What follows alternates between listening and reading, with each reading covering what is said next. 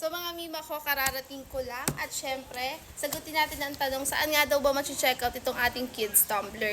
Mima ko, nandyan lang sa yellow basket, ilalagay ko dyan para makapag-checkout ka na. So again mga mari ko, itong ating kids tumbler ay 12 ounce na siya and kung sa ml naman siya, 350 ml ang ingay na naman sa amin. So ayun nga mga mari ko, marami kayong designs na pwedeng pagpilian. Meron tayong pambabae at meron tayong panlalaki dyan. Pero ito yung mapapakita kong sample sa inyo is yung ating mermaid. Kasi nga, alam niyo naman, paborito namin to ni Madam Simi. Tapos ito mga mari ko, meron pa siyang free na panlinis ng mga plato, gano'n. Para siyang ganyan. Parang sponge, gano'n. Basta panlinis. And eto nga siya mga mari ko. And gusto ko lang dito sa tumbler na to is zip type na siya. So alam naman natin yung mga bagets, syempre, hindi naman sila ganun marunong pang magbukas na ganun.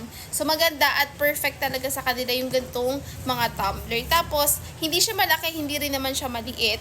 Tamang-tama lang sa kanila. Lalo na kung mag-school sila, pupunta ng kung saan man, tamang-tama yung mga ganitong tumbler sa kanila. Plus, eto, non-scratch na yan mga mari ko. So, halimbawa, magasgas man yan, malagdag man yan, talagang long last yung design niya. Hindi siya papangit agad-agad, diba? So, kahit everyday nyo yung gamitin, maganda pa rin naman talaga siya. Siyempre, samahan na rin natin ng pag-iingat pa rin naman, diba? So, again, mga mari ko, kung gusto nyo mag-check out dito, ilalagay ko lang ulit dyan sa ating yellow basket para makabili na rin kayo ng tumbler para nga sa mga anak nyo.